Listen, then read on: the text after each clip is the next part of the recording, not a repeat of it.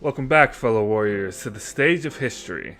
My name's Cosmo Jazz, and today we're going to be talking about the Dead or Alive 6 online beta that happened just this weekend. I'm going to be doing this basically off the dome, fresh on my mind, so that I can really get out all the good juices, I guess you could say, and my overall thoughts fresh off. Now, keep in mind that I'm also going to be referencing a lot of my wish list that I did with my pal Moopsy down in another video that will link down below as a reference point to what my feelings are about what's going on in general. So be sure to check that down below. But now let me start off with something that I immediately kind of want to gush off about, and that is the actual online itself. So far, I played maybe a minimum of 30 to 40 matches in the online beta. And I can honestly say, out of that group, maybe 10, not 10, I want to say maybe 11 were unplayable, and the rest were just perfectly fine. Which, in my opinion, is leaps, I mean absolutely leaps and bounds above Dead or Alive 5. Like, Dead or Alive 5, it was barely anything playable, and if anybody was actually going to play me on something, it would be a one and done. Which I kind of want to also bring up with this beta. It seems that they went with the one and done kind of thing. Like, you don't even get a choice to play the person again. You play them that one time with a 3-round set, and that's it. And I don't like that. I feel like it should be standard to be at least have the choice of doing a best 2 out of 3. Though my favorite option is where Tekken does it, to where you can keep going until one of y'all is done. But I really hope this is not going to be in the full game, because that's going to be very annoying down the line. So far, the ranking system seems to be an overall and a character-based one at the same time, where you can get your rank up as your profile thing up to E, D, so on and so forth, but anytime you play a different character, it goes along to whatever that character's point system is at the time. So even if I say play Ayane, who was the one character I played the most in the beta, if I started playing Hayabusa, I would start at 0 with him, but my overall point would be whatever I left off with Ayane at the time. So if I had like just played Ayane the entire time and had 2,000 points, and then I went to Hayabusa, I would still have those 2,000 points. I would just start with 0 with Hayabusa, and then his points would be added on to the overall points as well. Interesting concept. I don't know if that's something that's been normal. Like I would like to state now that I'm not exactly a DOA player. I've casually at best played most of the DOAs, but I've never really gotten in too deep with them. So my main experience is from Dead or Alive 5. So let that be my thing to you if you are looking for like the top player kind of thing. The character selection was Kasumi, Hayate, Ayane, Hayabusa, and the new character, Diego. Now, I see that a lot of people were not liking this. I'm kind of with them, because the basic roster was basically just core fighters, but with a new character. Kinda like they did in Dead or Alive 5 with core fighters. But it's neither here or there. I mean, I would love it if they had let some of the newer characters kind of get some playtime that they've been showing, like Mila or Hitomi or people like that, because I'm guessing they're going to keep going with the core fighter strategy, which would be probably a good thing in my opinion, but I do believe that they really should have broadened their horizon more than just ninjas. Now, going off to the gameplay itself, I played a good bit of Dead or Alive 5, and compared to other games, in my opinion, like Tekken or Soul Calibur, the game is a little stiff. Not so much that it's just like I can't really do anything, I feel like I'm in water kind of stiff, but it's still a little stiffer to what I'm used to. This game, and I did ask Moopsy and a couple of other people, and they kind of confirmed this as well with me. It feels stiffer than Dead or Alive 5 did. And it might be because they're using a new engine, which looks gorgeous, by the way, graphically. Everything looks gorgeous. So it could be that. The one stage they had us on the entire time was really cool. I kind of wish there was more than just that one stage, but it's a beta, what are you going to do? But that being said, it really did feel like it was hard to move and really did feel underwater at the time. Now, also going into the fighting, there was a tutorial for the game, but it only taught you about the super moves and whatnot, like the breakable hits and the super attack that you can use probably at the end of combos or just raw, and it didn't teach you much of anything else. I do hope the tutorial in 6 is going to be maybe even broader than it was in 5, because while they may think that a lot of people who are coming to 6 already played 5, I think you should make it for a general audience so that anybody who's just now coming to the Dead or Alive series, even if it is 6, can just be able to learn the mechanics that have been so prominent in all the other genres and all the other numbers and series.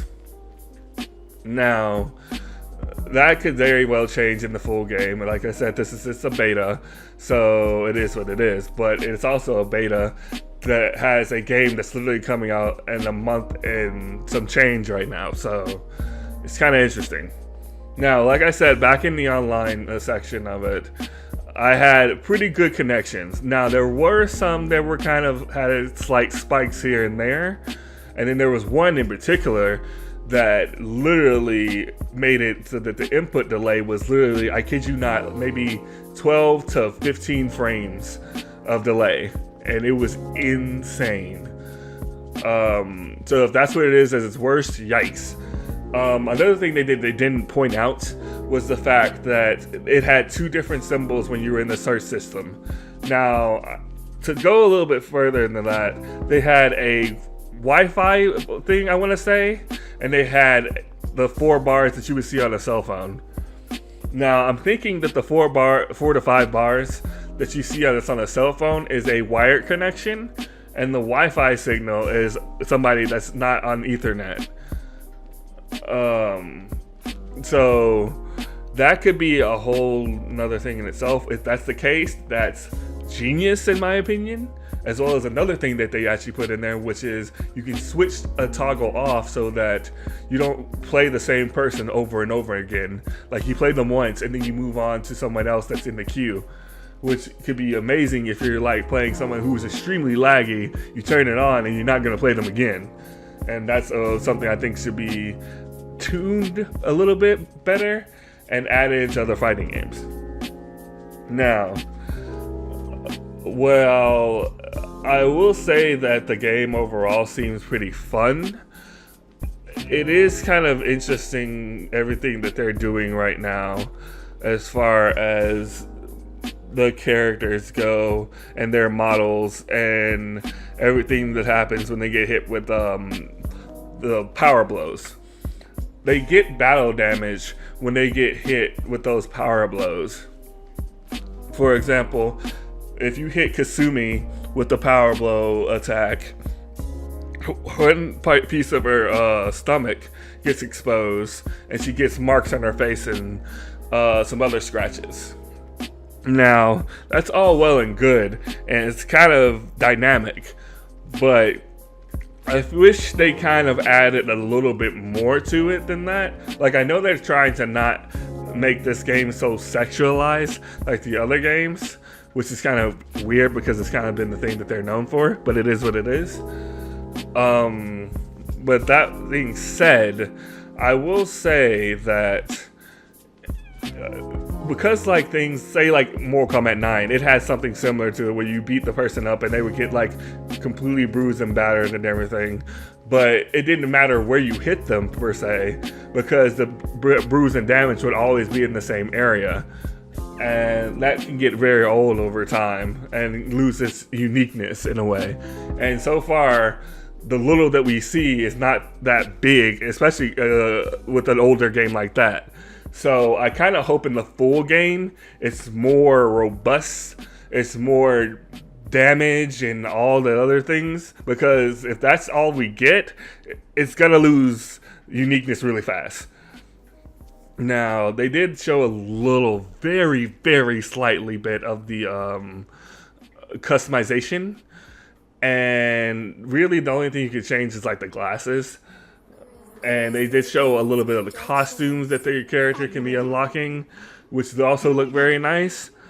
So I am looking forward to that aspect of the game when it comes out in full. And also, they talked about, well, they didn't talk about anything. They had a pretty good option selection menu as well. Although I will say that I ran into a couple of glitches in this beta. Some people way more, like a guy who literally was in a match, and for some reason, he had picked Kasumi, and the other person picked Hayate, but for some reason their characters would switch so that he was Hayate and the other person was Kasumi. And that's the weirdest glitch I think I've ever heard of. And then there was another glitch which I might actually post in here if I get permission.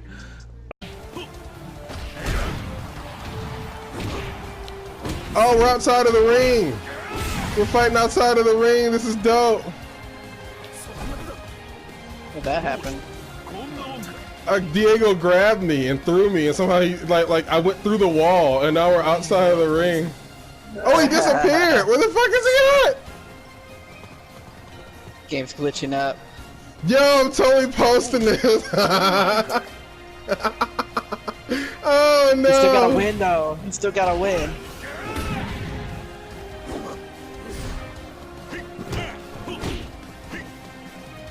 Then you have a glitch that I ran into, which I will try to post here, is that I would be kicked out of a game per se, and then I would be in a loading screen, and I would be stuck in that loading screen.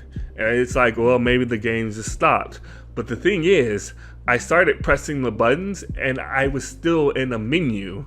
Specifically, the menu that makes it in the multiplayer area where you can choose ranked and all that other stuff. I could still hear it in the background.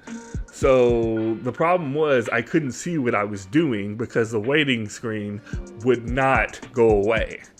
And then the final glitch I ran into was by changing my controls to be more like Dead or Alive 5, because they do change some of the buttons where they are due to the fact that you have a new super attack. So I changed it so that it would match better with Dead or Alive 5, plus adding the super meter attack in there to make it more comfortable for me.